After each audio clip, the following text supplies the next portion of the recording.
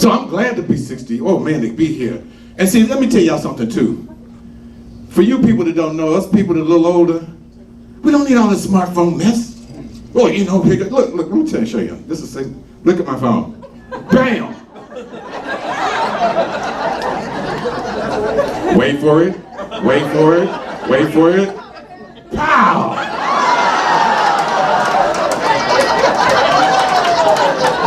Think this a joke? Baby, I got a call yesterday. Somebody said, can we come out of the bunker? Is it Y2K yet? I was like, it's okay, come on out. Why? You know what this is? It's a phone. A telephone. That's it. Hi, how are you? I'm there, you're here, I'm there. That's all I need to do with the phone. How are you, honey? Fine, I hope. That's all I want to do with the phone. I don't need it don't have to be a Geiger counter. It don't need to give me my blood pressure. I don't need to know the longitude and latitude of Uzbekistan. I don't need to know whether there's really life on Mars. I just want to make, hi, that's all I want to say with the phone. I don't have time for all that, am I right? That don't make no sense. I heard they got 660-something apps on the phone. That's stupid. They got one Craigslist apps, and that's a fact. I know it's a fact. You could just punch in a thing, apparently, and then it just says, bring cash, come along. I don't, what am I going to do with that? I don't need that. They got the Google Earth. You know Google Earth, where you can see yourself from space? 5,000 miles on, you can just look at yourself sitting in your living room. 5,000 miles in the earth, looking at yourself, looking up at yourself, looking at yourself, looking up at yourself, looking at yourself. I already have that technology. It's called a mirror. Of course, everything's backwards, but we're working on that. We got bugs. We're trying to get out. All I want to do is say, hi, honey, yeah, huh? Yeah, what do you want, quarter milk? Maxi pads? You want it with wings? I got a coupon. And I'm done. Oh, you young people, you have so much to look forward to. The older you get, the less you care about anything. All this profiling stuff, I don't care about that. Somebody want to call me the N-word, whatever. Matter of fact, I have changed my category. They got you're African American. See, here's the thing you need to know about the coloreds. It's okay, you can laugh. I'm improving it. They rotate our category every 20 or 30 years. Did you notice that? First we was colored, then it was Negro, then it was black. That one never caught on too good. Then we was African American. I like Negro. Negro is cool, it's exotic. Black. Just lays there, doesn't it? Black. 300 years of slavery, all I get is black, one syllable. No, I like Negro. Sounds kind of deep, don't it? I could put a hyphen on it and be Negro. And judging from the educational system in this country, people probably think it's a country. He's from Negroa. We love you people. Yeah. We speak Negroese. Yeah. Negro. I like this exotic. I'm gonna start putting that on job applications. Just scratch out everything, put Negro. And shove it back and say, now deal with that. I approve. You can laugh, ma'am. Just hire me. That's all I want you to do. Please. When you get older, you don't care about all that stuff. For me, this happened to me. This is a true story. I was in Wisconsin, big, high-rise building, and I got in the elevator first. I'm there first. This little old white couple waddled into the elevator, and they saw me. They go, she took her purse and gave it an extra wrap.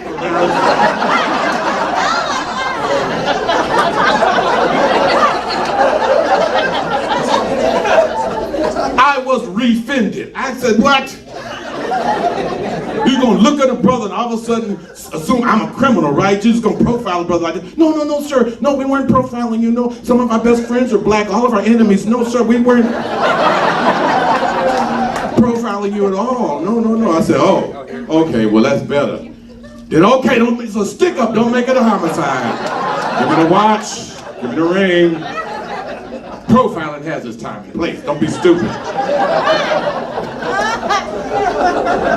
That politically correct stuff gets you killed, boy. I think you're a criminal and I'm going to treat you like that. Sorry if I offend, whatever. I'll see my spiritual advisor, go to rehab, whatever. Better be judged by 12 than buried by 6,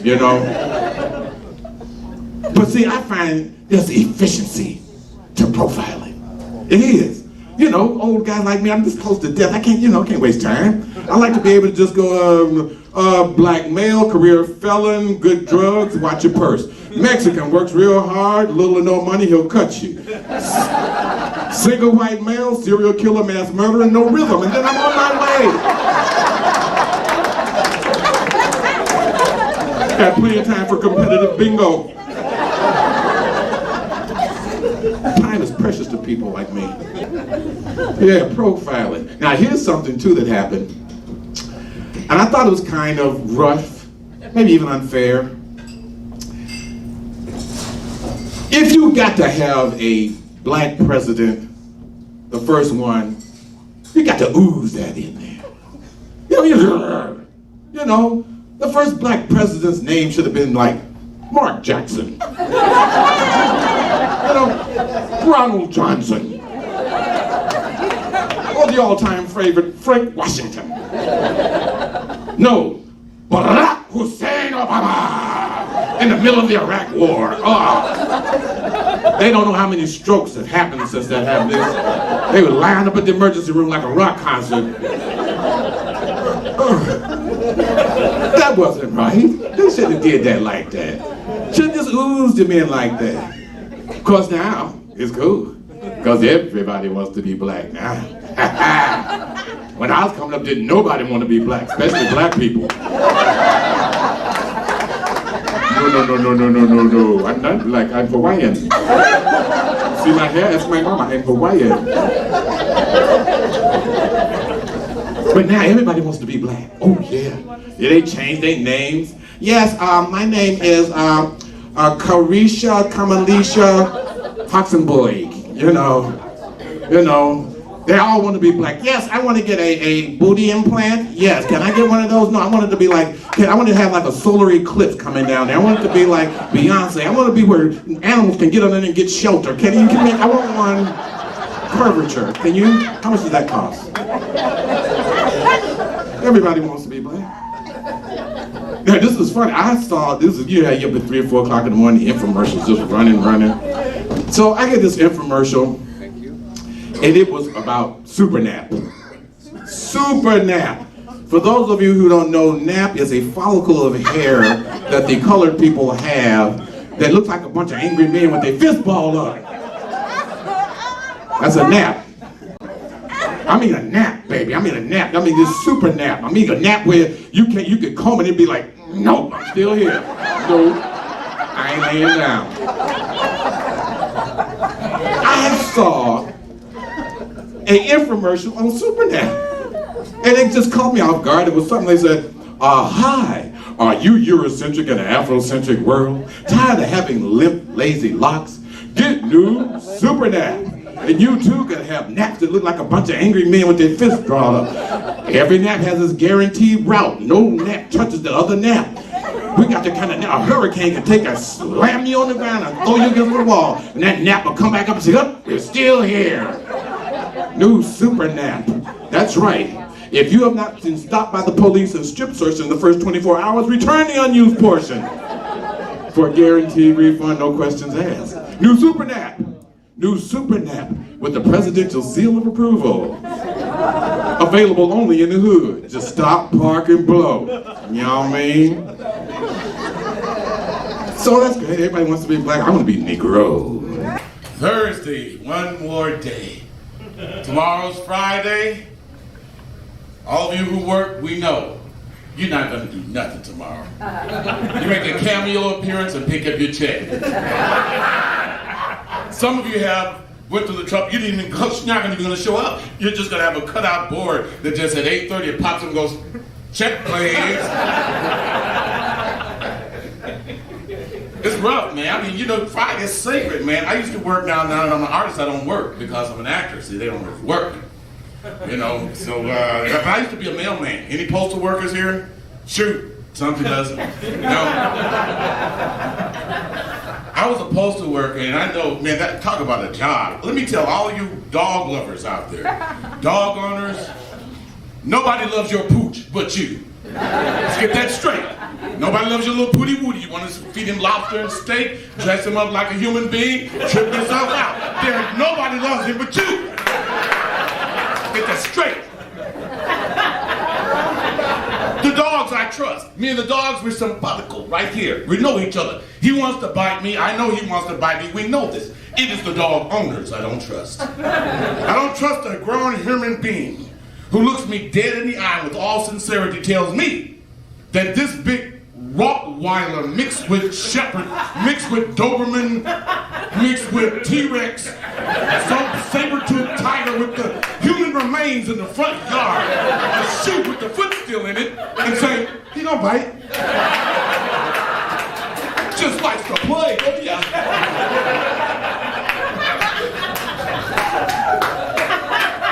I don't take any chances. Look, baby, if you love him, leash him. Because when I was a mailman, I'd spray anything moving. I don't care if you come jiggling your car cheese, get ready to ask me, because the mailman cheese, sloop, I'm sorry. No, sir, you shouldn't have snuck up on me. Just, no, 30 minutes, sit down there, it'll go away. I'd rather be judged by 12 than buried by 6. I'm sorry, I apologize, I'll go to rehab, whatever. I don't care if it's a Chihuahua puppy. If he come running up to me, I will.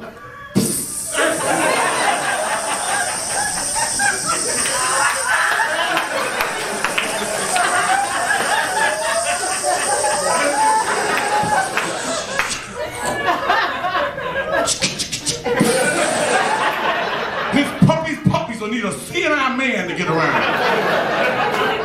Taking no chances. I'm 54 years old. That don't happen by accident, baby. Not 54, 50. That's the kind of life I led.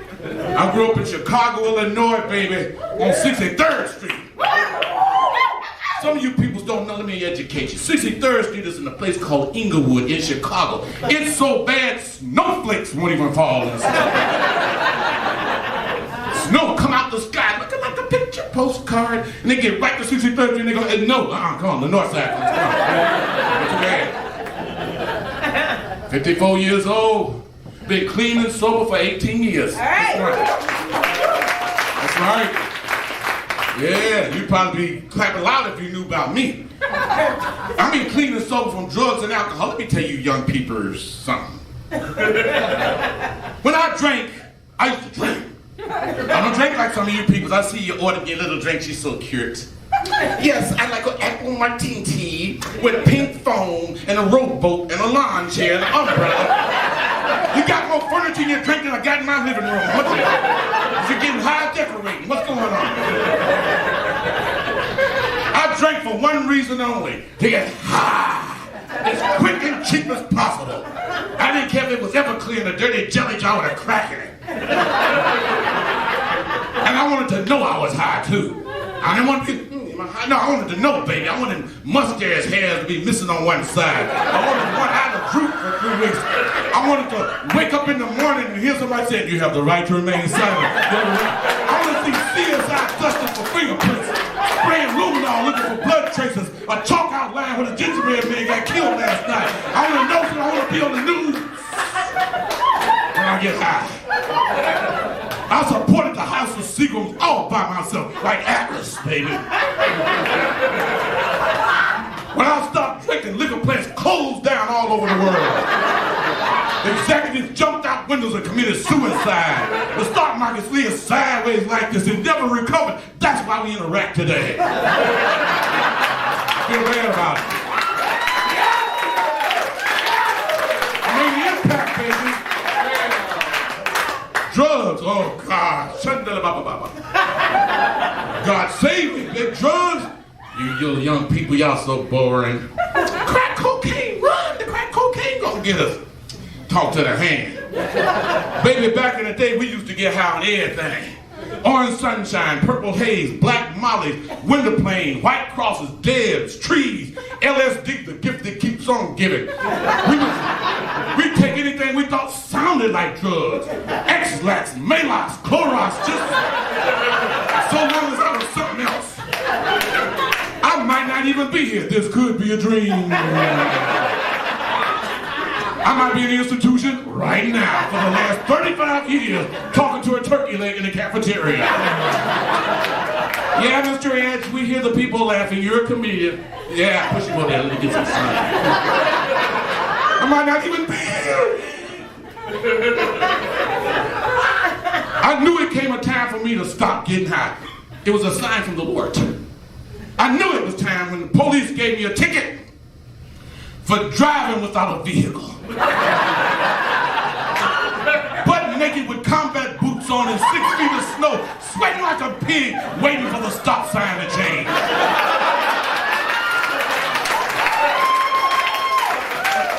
Time to stop. I knew it was time to stop. 54 years old, baby. We was raised different now. We got a couple of people. I'm a card carrying member of AARP. Any of my people here represent that thing. AARP, baby. AARP, you got to be 50 and older to get in, baby. It's like the mafia and Cosa Nostra, this thing of ours. With the AARP, you can get a Cadillac Escalade for $200 if you got the coupon, you know. I love AARP, baby. I ain't blind about my age, shoot. But we was raised even different now. Well, we were raised. That's pretty much the big difference right there. And it wasn't no super nanny mess. Y'all see that super nanny mess? That's the stupidest thing. Got some chick come all the way from London, England, drive on the wrong side of the road, dressed like Mary Poppins, gonna tell somebody how to raise kids. She ain't got but one solution for everything: the naughty chair. That's it, man. That's all she ever say. I don't care what the kid do. Bobby, you shot your little brother with a .45 hollow point. The naughty chair for you, my lord. Bobby, stop hitting your mother with that baseball bat. Those will not hurt. The naughty chair, my friend. Man, if I'd have been hitting and kicking and slapping on my mama like them kids, she'd have put me in the naughty intensive care unit. Baby, they'd have been rolling me into the emergency room. What do we have here? Kid versus mama. He's not breathing. Clear. Boom. Time of death, 12:37. They didn't make it. My mama would beat us with whatever was nearby. She'd make up new verbs. Bro, what did you say to me? I'll take it mic stand you to death. I'll take it custody you upside your head. Whatever was nearby. Ironing cord. With the iron still attached. See, I'm from Corinth, Mississippi. That's where I was born. Corinth, Mississippi, baby. You young peoples, you Yankees don't know about the good old country whooping. Baby, it's just like a good old country meal. It stick with you a long time. Oh, yeah. And they got vitamins in it, too, because you run fast and jump high on it. Science proof it got vitamins. How long did we have switches? We had switch trees. You put a switch seed in the ground and switches would come up. No leaf, no flower, nothing, just switch with little knots already on there. Shoot, and we did not have no department of children and family services. Didn't exist back then, baby. Y'all like that now. Young people, they love that family. Yeah, because you can't whip your kids now. Go to jail. These young people now, they have DCFS on speed dial. Parents come in and, hey, cut that TV off and do your homework. What you say, Mama? Don't you come in my room and wow, you locked up? What you say? Got your picture in there too. You do my homework and it better be an A. Close that door. Don't you ever come in my room again. What? Say something. We didn't have that, baby. I wish to God we had it. Shoot, man, DCFS, man, I'd have kept a pocket full of dimes. Every time I did something stupid, I'd call him and say, be there. No, don't be on the way, be there. Grab her hand, she's pretty fast. Man, my mama would have whooped me and DCFS. We both would have been standing over in the corner somewhere and DCFS thought, whoa, you got a mean mama. The onlyest thing I remember about a DCFS was dead for sure. When I cross the line. My name is Alan Ed.